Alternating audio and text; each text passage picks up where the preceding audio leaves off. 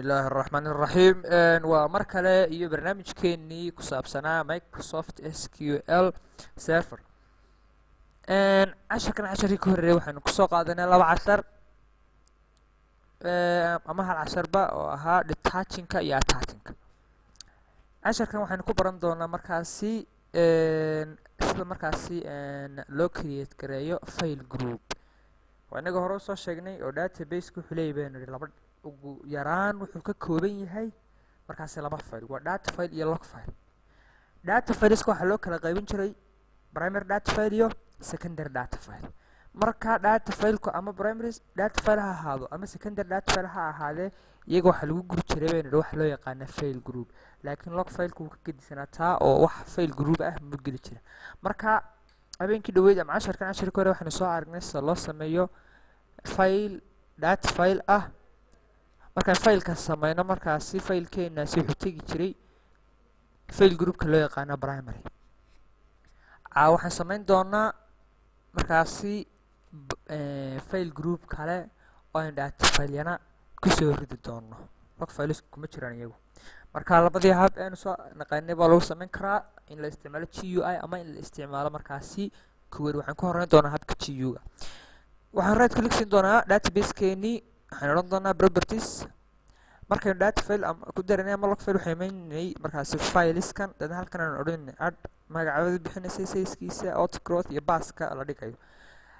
waxaan iman doonaa iminka file groups aan iman doonaa file groups markaan imaano halkan baan leen add hadda waxaan haysanaa markaasi database halka file group waxaan ku jira saddex data file markaan doonayno ku darno markaasi data file group kale waxaan leenahay add marka file group ka magac u bixinaysa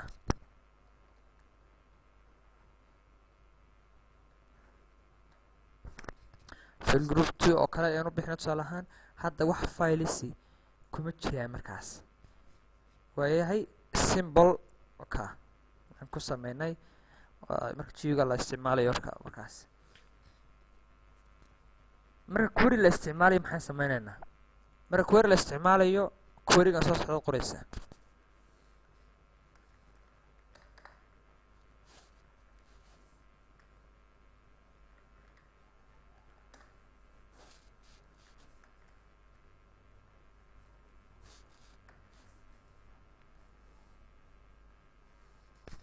waxaan leenahay alter database wanaga hore soo aragnay kamida alter waxa la isticmaalaa marka object hore u jiray wax laga bedelayo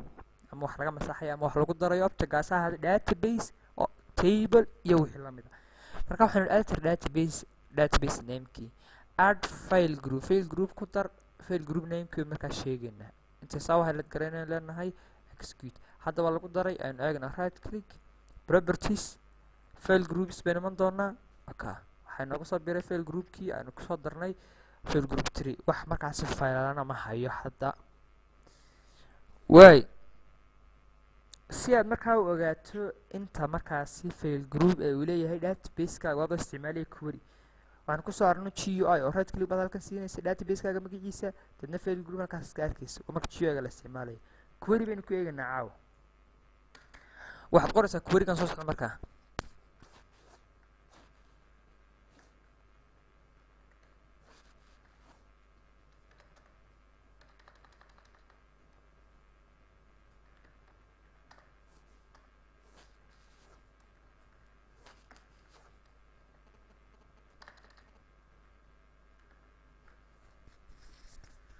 واي waxaad leedahay use abdi database waxaad isticmaashay database-ka magaca leh oo maxaynu leenahay database-ka magaca leh isticmaal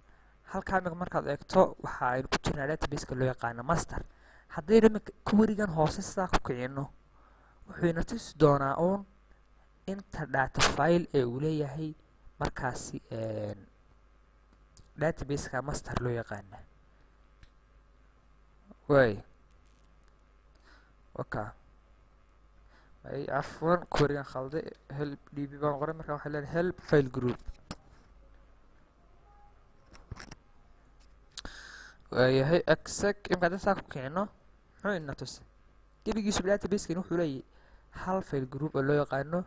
primary waxaana ku jira hal data file database-kan database loo yaqaanina wuxuu lahaa afar file ayuu lahaa iyo waxaa kaloo lahaa 3 markaasi file group.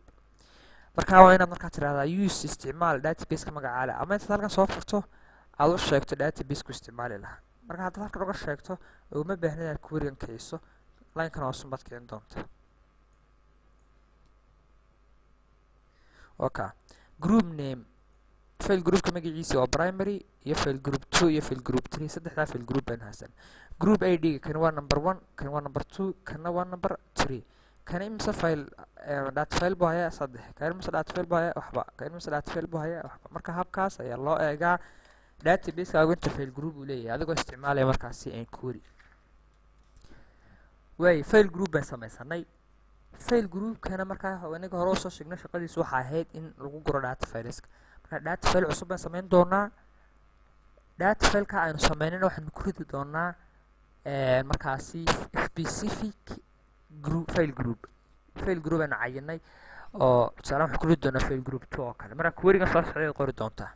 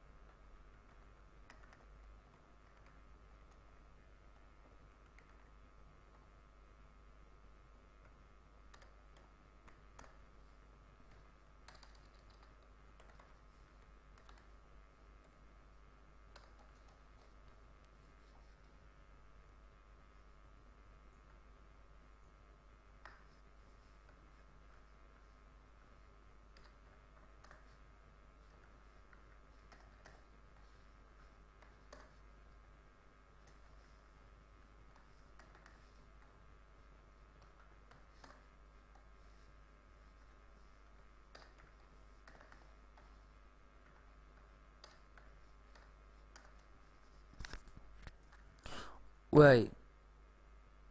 waxaanu alter database hore u jira wax ka bedel database magacaada maxaa laga bedelay marka add file ku dar fileka magaciisii iyo ka fileka pathkii la dhigay isna waa ka size-kii lagu bilaabay ama initial size-kii isaguna waa ka markaas file growth oo ah marba intuu iskordhinayay size-kan markuu buuxsamo inteen leeg buu iskordhin karaa max size-ka ugu dambeeyuu gaari karaa. way waynu helad garanaa. marka inta imika haddaan saa ku kicino data fileka aynu sameynay loo yaqaano markaasi cabdi db_data4 wuxuu dhigi doonaa file groupka loo yaqaano primary. sababtoo ah file groupkan loo yaqaano primary waa markaasi file groupka default-ka ah oo haddii aan la magacaabin specific file group ama file groupka magaciisa haddaan la sheegin data fileka waxaa si toosa loo dhigaa primary markaasi primary file group. imika haddaynu halkan database-keena right creation properties-kiisa tagno aynu file groups-ka nimaano saddexdaa file group baynu haysanaa. xaggan u raac default-ka eeg keebis wuxuu saaran yahay markaa kaa loo yaqaano primary-ga. waxay ka dhigan tahay wax kasta oo aan la sheegin meesha la dhigayo ama file groupka la dhigayo primary-ga keen. marka waa inaanu sii sheegnaa file groupka la dhigayo. marka waxaan odhan doonaa to file groupka la dhigayo.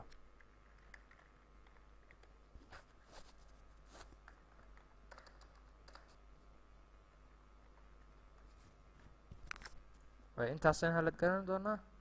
leenahay execute. hadda haddina query-gan kicino inoo soo bandhigay inta file group database-kan leeyahay u fiirso. waxaanu haysanaa 3 file group. waa file group loo yaqaano primary oo haya 3 file. file group 2 oo haya 1 file waa kan hadda ku ridnay. file group 2 sana weli xukminaa ridin. marka isagana marka query-ga wax lagaga ridiyo waa symbol. way waxaan samayn doonaa iminka file group baynu masaxaynaa. markaas file group aynu masaxaynaa. marka file group marka la masaxayo file groupka la masaxayaa waa in data fileska ku jira la masaxaa ka hor inta la masixin isaga. waa haddii file groupka wax ku jiraan haddaan wax ku jirana toos kan saddexaad oo kale toos baad uga saaraysa. laakiin tusaalaan file group 2 haddaad tiraahdo masax waa inaad horta halkan file ku jira masaxdaa kadibna aad isaga masaxdaa. markaa waxaan masixi doonaa halkaa file ku jira. query-gan soo socdaan qorinaa markaa.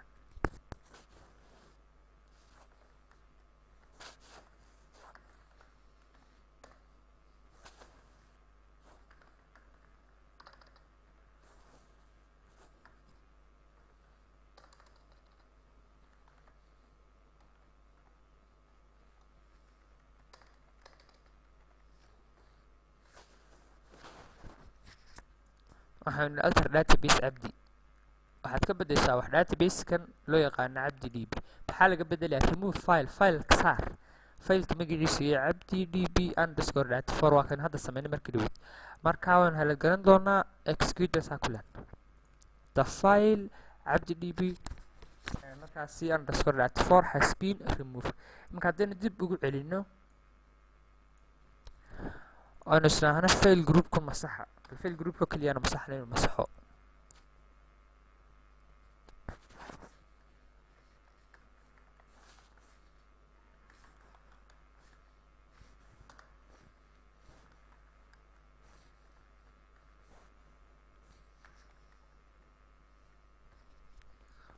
والter database cabdi db remove file group name file group 2 ها صح وصاري markaa ka hor waa inaad masaxdaa taasaa muhiima laakiin siisaa dadku masaxdana marka qaar kaa diide markaan dib haddana ugu celino execute markii dhawad waxaynaan sheeginba markaasi meesha la dhigayo tusaalaan waxay leenahay that 5 waxaana dhigtaa file group 2 file groupkoona masaxnaba markaa aynu file groupkii dib u sameyn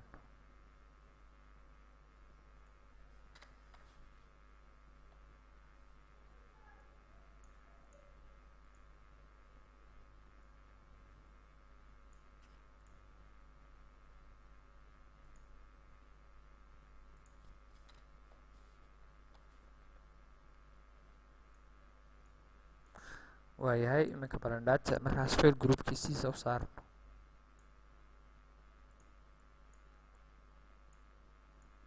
hadduu errorkaan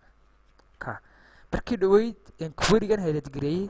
waxaana ku darinba file groupkan data fileka markaan data filekan file groupka la dhigayo markaa primarygu toosu dhigay hadhowna waa laga saaray markaa waxbaan ku jirinba markaan file groupkan masaxaynay file group 2 markaan masaxaynay waxbaan ku jirinba iminka markaan isnaysaa ku saara file groupkii wuxuu ku leeyahay the file groupka loo yaqaano file group 2 cannot be removed lama saari karo because it is not empty ma marna marka waxayna qabtay xeerkii hore ee ahaa intaanad file groupka masixin data fileka ku jira masax marka waa inuu data fileka masaxna marka hore data fileka loo yaqaano cabdi db underscore data file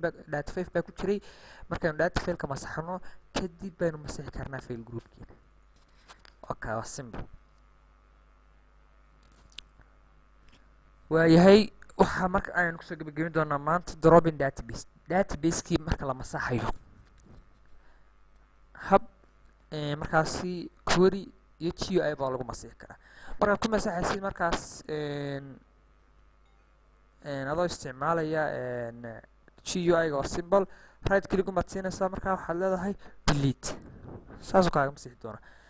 haddii kale queryga qoraysana querygan soo qoraysa